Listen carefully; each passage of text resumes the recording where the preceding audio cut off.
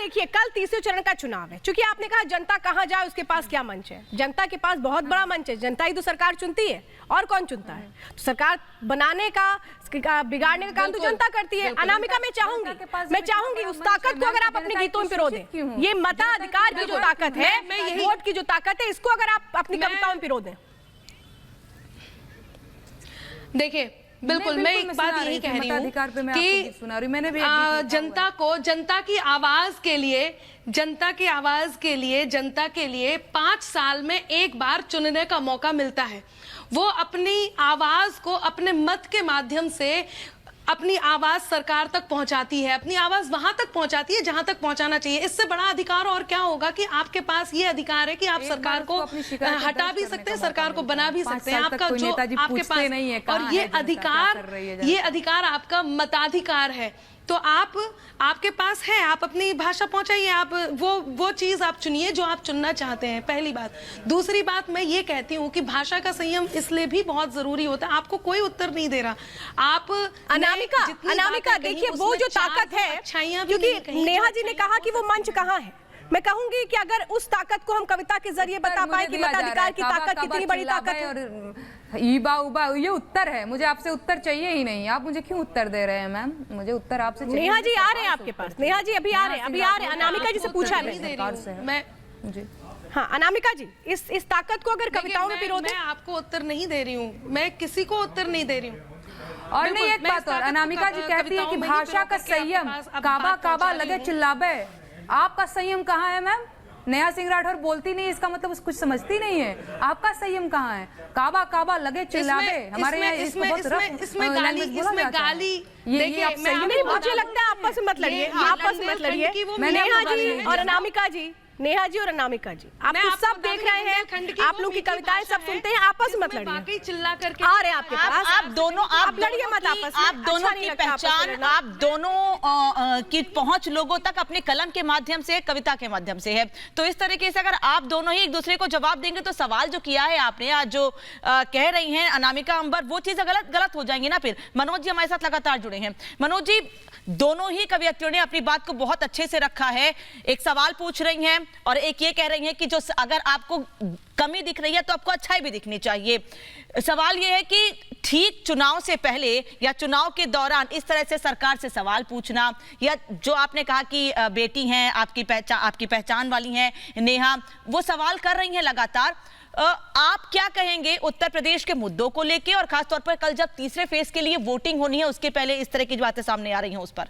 नेहा ने एक सवाल भी किया था कि पत्रकारिता भी उसने सिखाने की, उसने बात कही है कि नहीं पत्रकारिता भी सीखनी चाहिए और पत्रकार आवाज नहीं उठाते हैं। तो मैं बताना चाहता हूं अनामिका के लिए, जो बुंदेलखंड से है, बुंदेलखंड में कल जो मतदान होने जा रहा है उसमें जल जीवन और मिशन के ऊपर में चुनाव होने जा रहे हैं, और ये विकास के ऊपर चुनाव होने जा रहे हैं। जो लोग आज के डेट में कहते हैं कि नहीं सांप्रदायिक ध्रुवीकरण को लेकर चुनाव हो रहे हैं, ये हो रहे हैं, मैं फिर आपको बोल रहा हूं कि इस बार उत्तर प्रदेश चुनाव जो है महिलाओं की सुरक्षा, राज्य की सुरक्षा और लोगों ने जो शांति और सुरक्षा देखा है उसके ऊपर में वोट कर रहे हैं। आप देखती होंगी जहां भी जाती होंगी, मैं रामपुर की, आपका पिछले चुनाव का मैं बात करता हूं, रामपुर में वोटिंग हो रहा था, आपके रिपोर्टर जब ने पूछा तो उन लोगों ने, मुस्लिम परिवारों ने बोला कि भाई हमें 1200 मकान मिले और हिंदू परिवार को 100 मकान मिले। ये आपके चैनल पे लाइव हो आया था।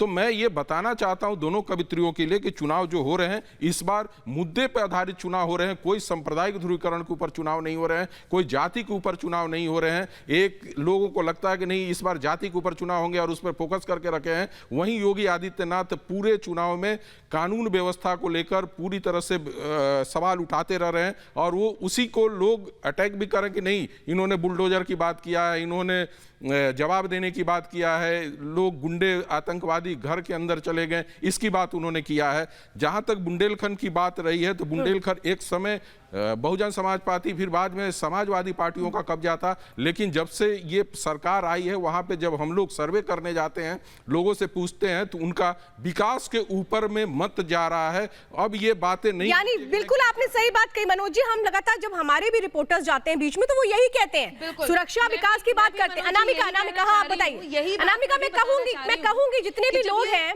अनामिका जितने भी लोग हैं कानून व्यवस्था को लेकर, तमाम विषयों को लेकर उत्तर प्रदेश की जो आपने कविताएं लिखी हैं, उनके जरिए आपकी बात को समझना चाहते हैं। मैं चाहूंगी कि आप उसी अंदाज में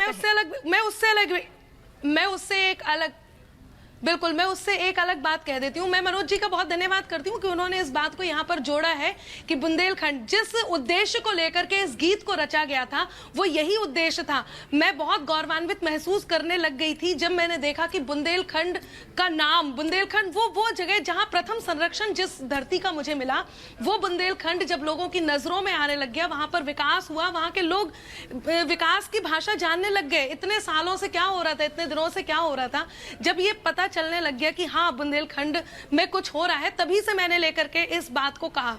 पहली बात। दूसरी बात, मुद्दों की बात अभी उन्होंने कही है तो वो मुद्दों की बात बता देती हूँ। सुनो बजट की नई कहानी, मैं बुंदेलखंडी अंदाज में बताती हूँ। जो परियोजनाएं वहां के लिए निर्धारित की गई हैं, कहते हैं कार्यरत सरकार से प्रश्न, जब कार्यरत सरकार है, जब विचाराधीन मामले हैं, मुद्दे हैं, तो उन पर प्रश्न उठाने का कोई मतलब नहीं है। और मैंने उन विषयों को, उन मुद्दे को चुना है जो सत्य है। मैं बिल्कुल कोई बात किसी की खारिज कर ही नहीं रही। मैं ये नहीं कह रही कि आप जो कह रहे हैं वो झूठ है, लेकिन जिन प्रश्न को उठाया गया है, जो प्रश्न मेरे तक पहुंचे, उन प्रश्नों का उत्तर देना जो वाकई सच है, सच बोलना बहुत जरूरी है। हमारे कुनबे के बड़े कवि उर्मिलेश जी कहते हैं कि मैं उनकी पंक्तियों को यहाँ पर जरूर एक बार आप सबके बीच रखना चाहूंगी।